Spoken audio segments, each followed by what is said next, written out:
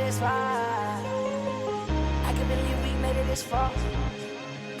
Alright, context. One, I've never actually played a Castlevania game. There's always been games out there that were Castlevania that I wanted to play and have fun with, and they did look fun as shit. But just I never got a chance like going out and actually either buying it or playing it. It's probably just like wrong place, wrong time. You know what I mean? And two, I've actually only seen up to season 2, I believe it, and that's when it like first got released. Get him out of here! He's got AIDS! I don't know why I dropped it per se. It wasn't because, again, not because it was bad or other cases. It just happens where I just drop something. And sometimes it could be really good or it could be really shit. It just depends, you know? But if you guys really enjoy this video, from liking, commenting, subscribing, then I'll fucking go ahead and rewatch all 4 seasons and make another video. And God knows how long that'll take. But anyways, I was really interested in watching this because it was suggested to me through multiple venues, right? One through my comment section. Shout out to this comment right here. Remember, your comments do matter. So if you guys will suggest anything, I will go ahead and watch it or give it a chance for the cases. Or especially if I can make a video out of it. And 2, there's also Netflix promoting it. And 3, I saw that it was like a whole bunch of videos that some people were making or some opinions here and there. So as always, I put my hat into the ring. And what I think about Castlevania Nocturne is, it was good. I actually enjoyed myself. It wasn't that bad, or it wasn't that great. It was just, yeah, it was good. Quickly, what I will say for the spoiler-free section is like, I think the animations are obviously phenomenal in the terms of Castlevania. I think it's always been pretty good and always been like pretty standout, especially on a Netflix type of budget or other projects you see on Netflix. Another thing I will say, that the show is very slow in that regards of the whole first season. Is definitely going to be another season after this, obviously. So they were like pretty slow with it. It's only 8 episodes. And then there's also a bit of few cliches in the beginning, so that might be a deterrent or it might be a turn off for some of the people out there that are watching it. But it has somewhat of a footing when we get to episode 3 and 4. And then I would say the best episodes is probably the ending. The last 2 episodes I think are the best episodes in this whole series, which is pretty insane. But what I would say is only 8 episodes, so you might as well give it a chance yourself and see if you would like it. As well as I think you should probably also watch the first 4 seasons, so like I think it's a little bit of context by the end of the season. But yeah, that's the only thing I will say. Other than that, time for spoilers. Okay, so the thing I probably will say first is like, again, I really do like slow shows and slow movies, slow mangas, whatever the case is, that is like a slow footing, and then it starts to build up.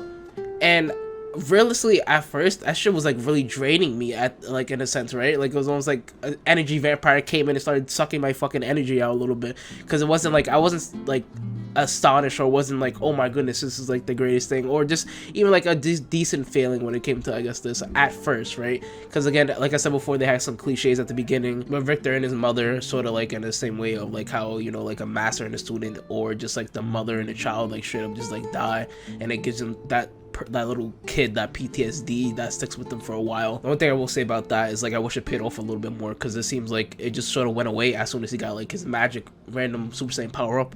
It seemed like it just like, it went away and it didn't really like, was like a plot point anymore. It's like, oh, I'm confident now because I have my powers in the cases, and I really want to save my friends. And I was like, okay, all right, whatever, that's fine. But talking about a few more other positive notes, I would say is like the characters in the show, right?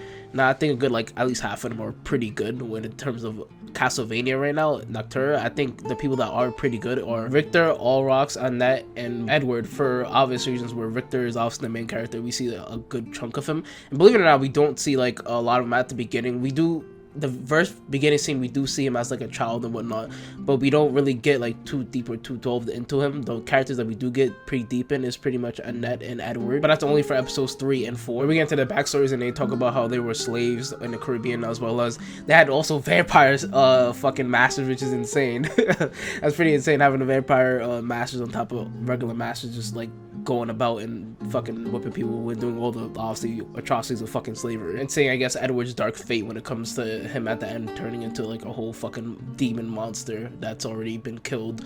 And it really feels sad because of basically Annette. That makes it feel even worse, because obviously they were really close when it came to everything and liberating the Caribbeans. Also liked Annette because of her mystic capabilities, as well as she was able to hold a little bit of her own when it came to fighting the other vampire chick, even though she looked like, honestly, if it went on for a little longer, she definitely would have fucking lost.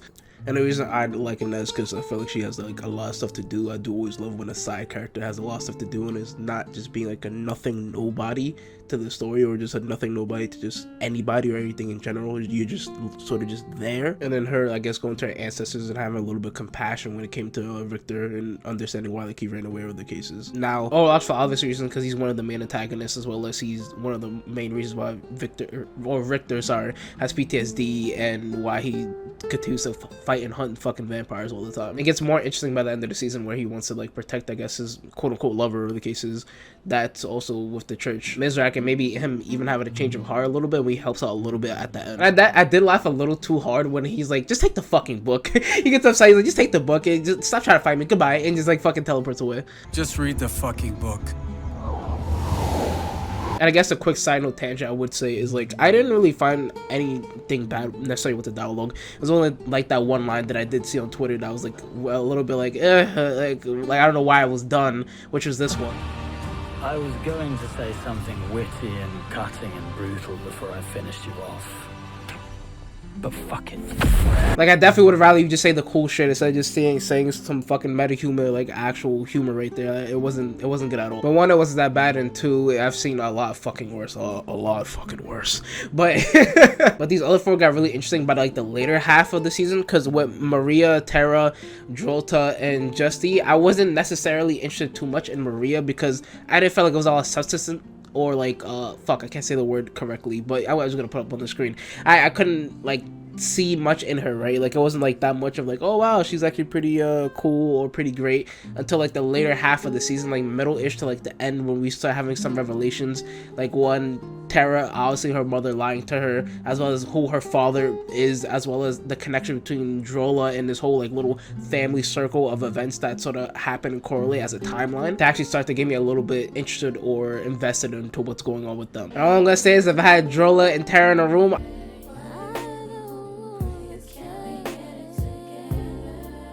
and with Justy Bellman, we get like a little bit. He's almost like a cameo. I wish he's more in it for like the second season, because I do think he's cool. Just like, obviously he doesn't have any weapons or magic, and he feels fucking completely defeated, and almost to the point of telling Richter, yo, just give the fuck up, man. This shit ain't worth it anyway. Having more just like Richter being sort of fleshed out, as well as a little bit sprinkled here and there about him and his family and his like a little bit of lineage and lore. I guess going back to some of the negatives too, which would be just like me knowing like it was super obvious, like, hey, we're gonna have another season. Like, this shit isn't gonna actually fucking end right here, right now, because I just felt like no one was necessarily strong enough to like take on the final villain. But in the first few episodes, I was like, and that feels weaker than Richter. Richter feels like he's the strongest there, but and that could definitely hold her own, especially when she hold on a little bit with Jolta. But like I said before, I felt like Jolta definitely would have won like the endurance race, you know what I mean? Like, she would have definitely killed her by the end of it. And I felt like Maria was that strong until like the end of the season, where she's like doing some crazy shit. She's like doing a whole bunch of fucking magic and wizardry and fucking everyone up, especially Jolta getting like completely stomped a little bit. And the stakes just felt way too high. Like, it was way too many people just coming out, like Jolta coming, then you had Urzabel, then you had Orlox, then you had Annette's slave master that came into the picture. I was like, this is a lot, and there's no way in hell that they're gonna finish this in the next few fucking episodes. I was like, it is no fucking chance. And the last thing I will say is the cool balsam meathead thing of Alucard coming in and actually killing Jolta at the end. I was like, that was pretty cool. But he comes in, he's like, am I too late? Yes, dickhead, you're very fucking late. The end of the world's about to happen. But after all that, I think I would say to give it a chance, give it a shot. Like I said before, it's only 8 episodes. You really necessarily don't have anything to lose per se. And again, you probably could also watch the other 4 seasons for that context. Again, I did watch only season 1 and 2, and that was pretty good, but that was a while ago, so I do have to watch it if anything. But after all this, I want you guys to, I guess, give me your opinion as well, what you think of the show. What are your gripes with it? What are your praises of it? Is it peak fiction? Is it the worst shit you've ever seen? It doesn't really matter, but like, comment, subscribe. Love you guys as always, and peace, guys. Goodbye.